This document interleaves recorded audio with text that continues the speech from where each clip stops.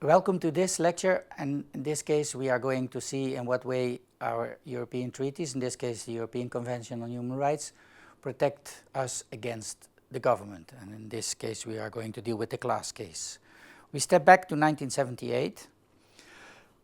At that moment Europe and the world was more or less infested with all kinds of terrorism, namely Palestinians that hijacked airplanes.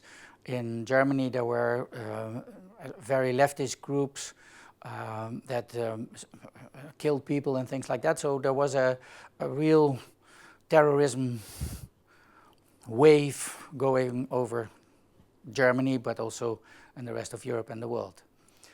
And then, because of World War II and what was the effect of that, that the state knew about everything that people were doing within the state, in Germany they wanted to be able to prosecute and go after as criminal offenses the Baader-Meinhof group, as it was called, and they wanted a law so that the secrecy of correspondence could be set aside, and then the secrecy of correspondence not only in writing but also in telephoning and things like that.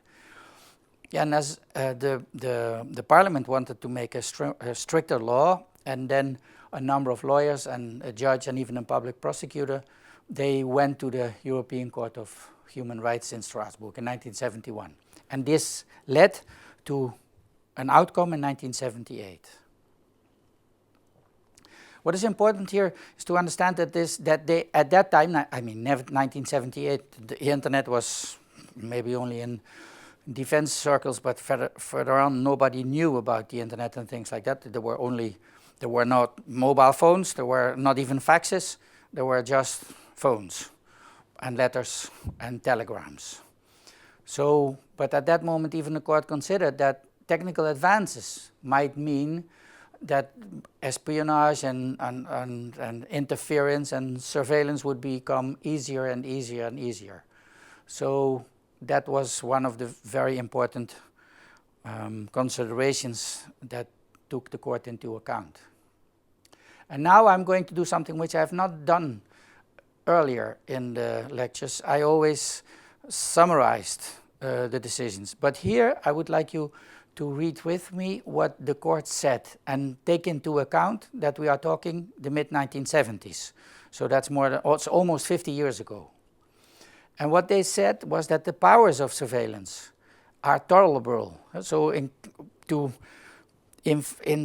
as much that we can strictly have it necessary. On the other hand, democratic societies can be threatened. And of course the state must be able to counter those things by secret surveillance.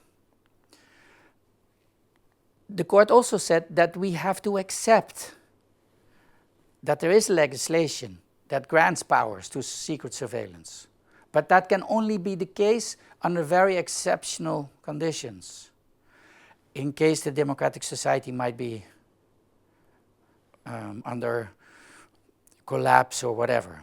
So it's important to see that the court really very specifically determines under what conditions this balance between, let's say, secretly surveil people, and on the other hand, that should be done only under strict conditions. And what is interesting to see is that they say the danger might be such that in itself this undermining and destroying democracy might be the ground to defend it. So it's if we want to defend democracy, and because of that we want more and stricter rules, and because of that we are no longer protecting democracy.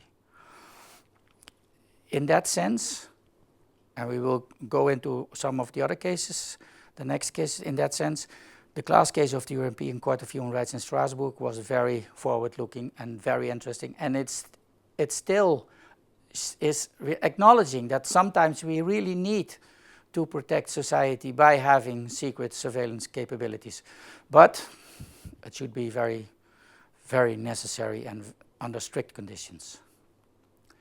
This concludes this lecture. The next lecture will deal how the European Charter takes the protection against the government into account, and that we will do with the Digital Ireland case. Thank you for watching this one.